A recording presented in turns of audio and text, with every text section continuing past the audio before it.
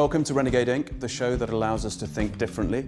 It's been long said that if a country has a large financial sector, prosperity naturally trickles down.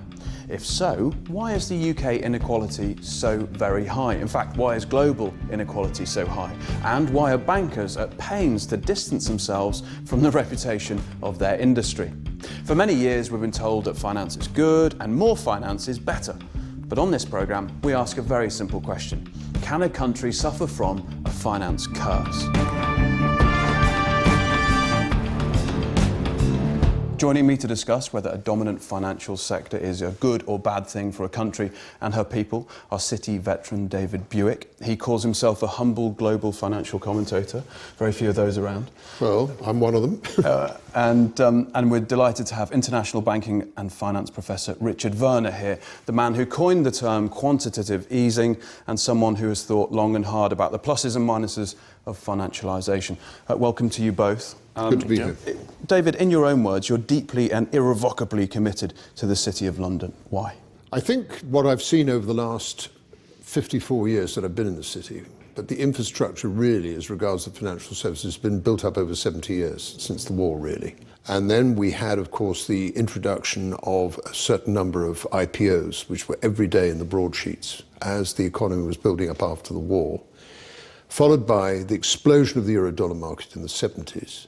Then followed by the abolition of exchange control, which Margaret Thatcher introduced in 1980. Right. That is more significant to me than Big Bang by a long way, for the simple reason it suddenly is we're open for business. Any currency you like, no restrictions, and the world, in terms of financial banks, exploded. At the end of the 70s, there were over 300 trading banks in the City of London. By the 80s, there'd obviously been a lot of mergers, and then with talk of Big Bang in 1986, erosion of large or small banks was very significant. So you think a financial sector within a developed economy, however big, is a good thing? Is that the right thing to say? If you've got the correct regulation, if you've got the correct people working in the banks, and if you've got the correct infrastructure, your tie, your suit, your watch, this table, nothing happens without a bank. And people, however they dislike them and however they distrust them, like it or not, without banks, nothing works. There is no economy.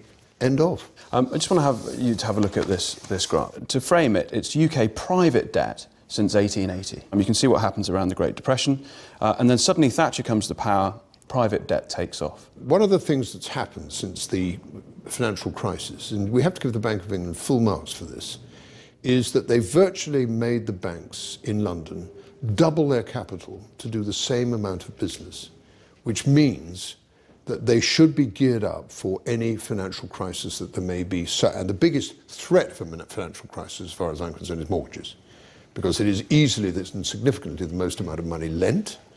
And if you were, for whatever reason, to have a terrible crisis, they have the ability within the banks to be able to take it, not necessarily a hit, but to give people time to regroup. Richard, financial sector, a bloated or a dominant financial sector, its effect, in your view, on the real economy? Well, first of all, it's interesting that the national income accountants, who think a lot about the overall economy, how to measure it and how to, structure the data, they actually have been struggling for decades with the question what to do with the financial sector. Why? Because GDP is actually created by national income accounting by adding up value-added activities. And that's where the financial sector has a problem. What is the value added? And it's been so difficult that essentially the national accounting statisticians have to make up a fictional value and just add it onto GDP and say, okay, we can say that maybe is what the financial sector is doing. Because essentially, there is no value added, there's value extracted. And so really, you need to subtract it from GDP. Has the finance sector, the fire sector, has it become a cost centre? Because is there a sweet spot where it's actually serving humanity, society, and facilitating business? And when it becomes a profit generator in and of itself, it becomes detrimental to the wider world. Start with you. Well, exactly. Even the mainstream textbooks in finance, banking, and macro monetary economics will show banks as financial intermediaries. Now, there's a problem with that. It's clear there is a high price that we're paying for this, what should be a humble intermediation service that's being performed, and the salaries that are being paid are, famously very high, which is very strange if they're just intermediaries. If I could interject here, again, I agree 100% with what he said, but we need to put this in perspective, because all this fearful, dreadful press that we've been reading about Lloyds Bank, £16 billion worth of PPI, and Deutsche Bank being fined for this, and Barclays being fined for that, and Standard Bank, money laundering, and all this stuff. This was all 2003 to 2008. The regulator has stepped up to the plate in a very big way. And we had that situation, you recall, when Bob Diamond was absolutely stripped of his raiment in front of the Treasury Select Committee when he was chief executive of Barclays, because the bonuses paid to the staff was greater than the dividend paid to the entire bank that year. It was appalling. All of it, though, was backed or underwritten, if you like, by the taxpayer. Yeah, exactly. That's what's making it even more. That doesn't happen in London now. Are you sure about that? I'm absolutely positive. I promise you, things have changed. I'm not saying people aren't still earning pretty decent money. They are. But it isn't swags of cash that goes all the way to the bank. For an intermediary service, it's a hell of a cost. If you want to facilitate trade and get the real economy moving again, you're absolutely right. Why does all this money end up in the cul-de-sac of financial services? It doesn't matter if you're building a factory, whether you're wearing a suit, this table, they all come from banks. And so you have to go to the kernel of life. You're about to make a point, and if you don't, I'll make it, that there was a rotten core there, and it was shocking. I'm glad you said it. No, I did. And I've been, trust me, some of the stuff that I've said over the last 15 years, I'm deeply embarrassed over, because I was unaware of a lot of these terrible things like the PPI and some of this money laundering. I'm appalled, absolutely appalled, because we had soft regulation under Gordon Brown, and he abrogated every bit of responsibility. I want the risk makers to take more risk. Come on. We need somebody to put a grip on it, and that's what we didn't have during that period. If you've got this amount of private debt, then ultimately the financial sector becomes political. It has to, because it has so much power. Yep, wouldn't argue. Just let's listen to John Kay, the economist, and his view. It's interesting, some of the differences between countries and all of this. If one takes the finance industry, we all have the same problem, that the industry is too politically powerful. The mechanisms are a bit different. In the US, it's basically campaign funding. In continental Europe, it's largely the kind of natural corporatism that means that Germany tends to equate German interests in finance with the interests of Deutsche Bank, and similarly France with those of BNP Paribas and Soc Gen, and so on. The national champions phenomenon, essentially. Now in Britain we have a bit of the national champions phenomenon.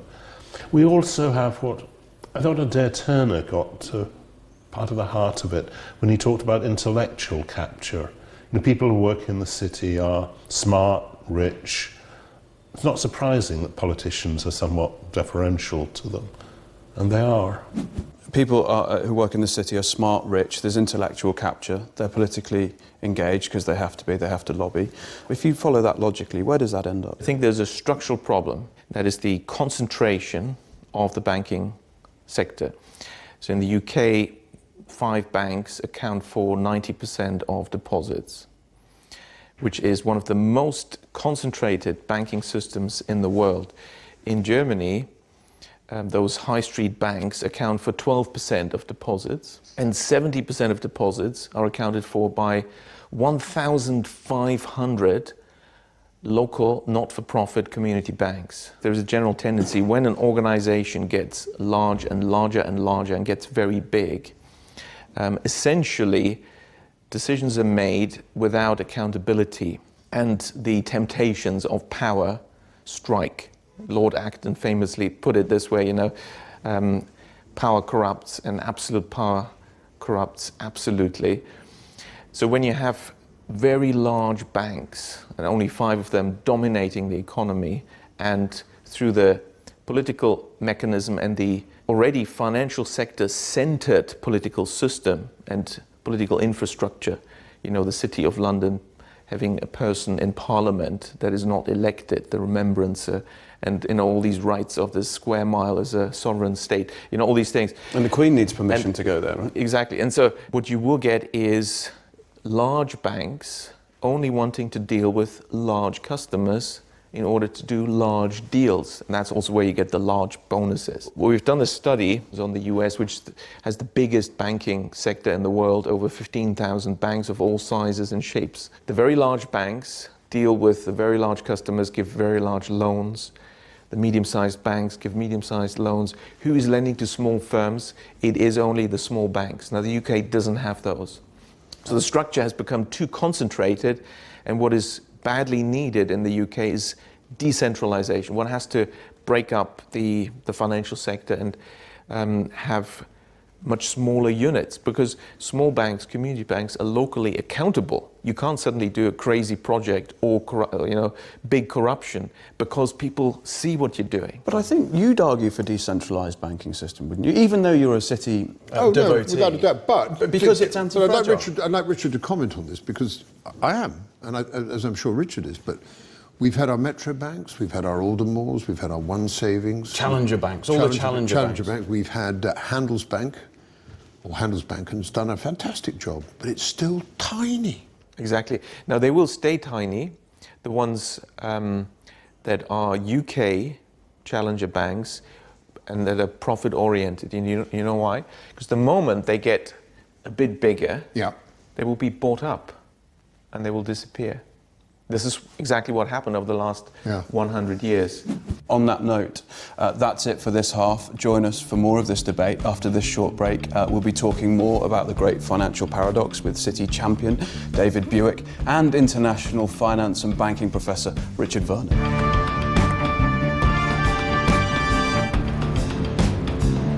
Welcome back to Renegade Inc., the show that allows us to think differently. Before we talk about the finance curse with Professor Richard Werner, let's have a quick look at this week's Renegade Inc. Index. We start with our favourite tweets. Ian Fraser tweets. He's pointing out the revolving door between politics and finance. Former Prime Minister Gordon Brown, now working for PIMCO. Tony Blair, another former Prime Minister, he's at JP Morgan. Alistair Darling, remember him? He's at Morgan Stanley. Mandelson, Peter, he's at Lazard's. William Hague is at Citi, along with Mervyn King, see a pattern? And that austerity merchant, George Osborne, he's at BlackRock. Cosy little setup. London School of Economics, they reveal that 1 in 3 Londoners do not have the income needed for a minimum standard of living, possibly something to do with that austerity. And on a lighter note, Colin McKay tweets an astonishing photo taken in the late 70s showing a man feeding a polar bear and her cubs milk in the North Russian border. Shooting a bear doesn't make you a badass. Feeding one while her cub pumps your leg certainly does, and we couldn't agree more. Our book of the week is Makers and Takers, The Rise of Finance and the Fall of American Business by Rana Furaha. The book offers a blistering critique of how Wall Street's zero-sum thinking came to dominate and then hobble the US economy. She's no socialist, but she does outline that finance for the sake of finance is bad for business and capitalism as a whole. Traditionally, finance served the needs of the makers by providing capital and investing in long-term growth. But today, it's become an end in itself, a closed system totally detached from tangible economic activity that we all need. And with that in mind, we join our data journalist, Andrew Keith Walker, who's thinking about the influence of the dominant FIRE sector, financial, insurance and real estate, on British quality of life. If you come to Greenwich Park and look around at the surrounding landscape, it's easy to forget that a lot of what you're looking at hasn't changed that much since the 1970s. You know, for most people, they are better off, and they've seen steady growth since the end of World War II, about 2.1% year on year on average. But for the 10% who work in those towers over there, their incomes have grown at twice that rate. The truth of the matter is we feel a lot better off than we did in the 1970s. House prices have gone through the roof. Salaries have kept ahead of inflation. We've got flat screen TVs, iPhones, Wi-Fi, nicer cars. But we've paid for a lot of that stuff with credit, and we've saved a lot less money as a result. And so in real terms, we're not actually that much better off.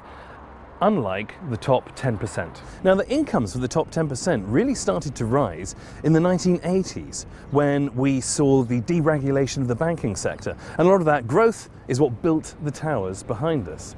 But something else happened in the 1980s. The Gini coefficient, which is a way of measuring income inequality, grew by about 30%, and it's stayed pretty much at that level ever since. So the gap got wider and has stayed wider for a long time.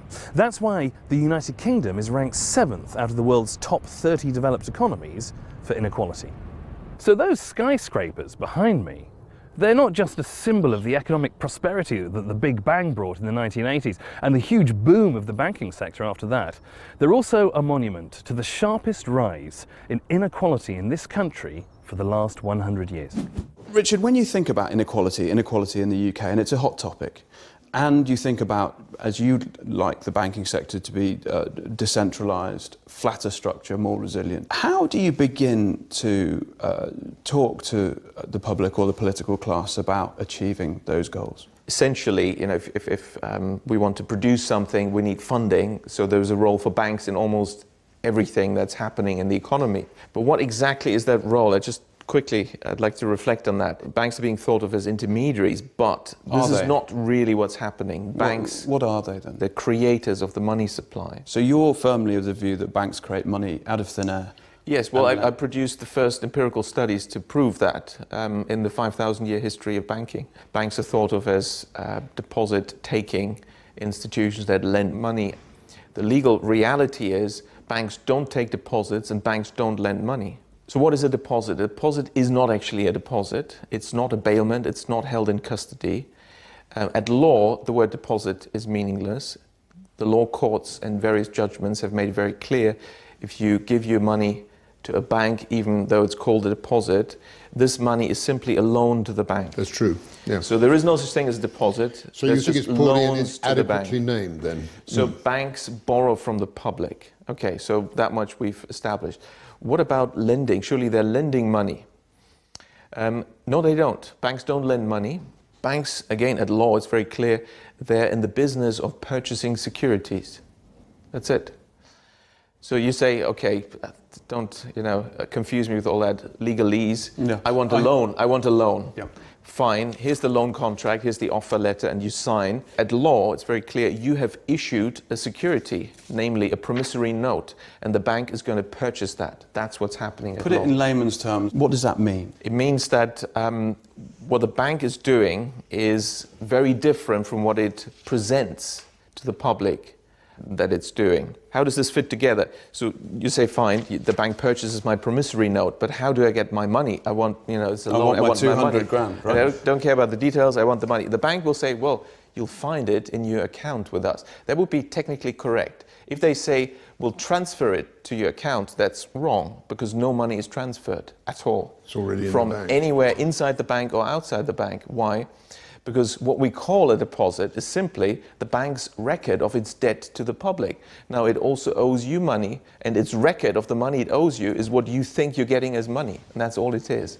And that is how the banks create the money supply. The money supply consists to 97% of bank deposits, and these are created out of nothing by banks when they lend, because they invent fictitious customer deposits. Why? They simply restate, slightly incorrectly in accounting terms, what is an accounts payable liability arising from the loan contract having purchased your promissory note as a customer deposit, but nobody has deposited any money. I wonder how the FCA deals with this, because in the financial sector you're supposed to not mislead your customers. Anyway, I don't think the answer. So the banks create the money supply by inventing these claims on themselves, the fictitious deposits. That can be actually positive for the economy as long as this money creation is in line with the creation of new goods and services, implementation of new technologies, and therefore adding value. And adding value in the economy is funded by this money creation. If that happens, and we're talking about business investment, productive loans, productive bank credit, you will have no inflation. These loans can also be serviced and repaid, and you have a stable economy without problems and with low inequality. And so countries that achieve this, that the banks lend mainly for productive purposes, whether it's Germany in much of its 200-year history, or in the last century, the East Asian economies where bank credit was largely for productive purposes, then you're fine. But there's two more cases. I quickly need to point them out because that's the contrast. But just clarify that inequality is significantly lower. Lower, yes. Inflation is low. Yes, and you have stable growth. And the real economy thrives. Is booming. Yes, that's when bank credit creation is focused on productive lending for productive purposes. As opposed to speculation and asset price. As opposed to, there's two other types. If banks create credit for consumption, it's obvious what's going to happen. You suddenly have more money created and more demand for goods, but it's the same amount of goods and services. So you're creating consumer price inflation. That's well understood, and central banks are watching that a little bit. And what's less well understood is, and what's the biggest in the UK, it's probably more than 70% of all lending, actually way more than that, is bank credit creation, so money creation for financial transactions, for asset transactions, for purchasing ownership rights. Now then you have a problem. Why? Because you're creating new money, but you're not creating new goods and services. You're simply... They're constant, aren't they? You're giving somebody new purchasing power over existing assets, and therefore you must push up asset prices. So this... You can draw a chart where you show, asset prices, land prices, property prices in the UK, and they will match very closely as I've shown in Japan and other countries. And that also creates the inequality. So when the banking sector has focused too much on unproductive lending, and in the UK it's dominant. It strikes me that what you're telling me, and tell me I'm wrong, is that lending, in order to get round this deposit/loan situation, needs to be categorized. You're right, exactly. Is that right? That's right. We need to look at where the money is going. That makes a whole world of difference. Okay. So if money is bank credit is extended for productive purposes, you're fine. You get a good economy, no inflation, and financial stability. And also, you don't have this inequality problem. And do you think there should be different capital ratios towards each? Capital, the whole Basel capital approach doesn't work. Why? Because it's premised on the idea that banks are just financial intermediaries. But they're not. They're money creators. We need bank regulation that recognizes reality of how the banks actually operate. So what you're saying, this is a regulation problem? Clearly, yes, it's a regulation problem. That's right. We need different regulation. And the only regulation that actually has succeeded in history, and we have good data for the 20th century in particular, in preventing asset bubbles and banking crises, which are all driven by this bank credit for financial transactions. It leads to this asset boom, and it's a game of musical chairs. You have to play it. It's rational to play it while the music is playing, which is how asset prices are driven by ever more bank credit for financial transactions. The moment it stops, asset prices fall, you get the first bankruptcies, banks get risk averse, the whole thing goes into reverse and banks go bust.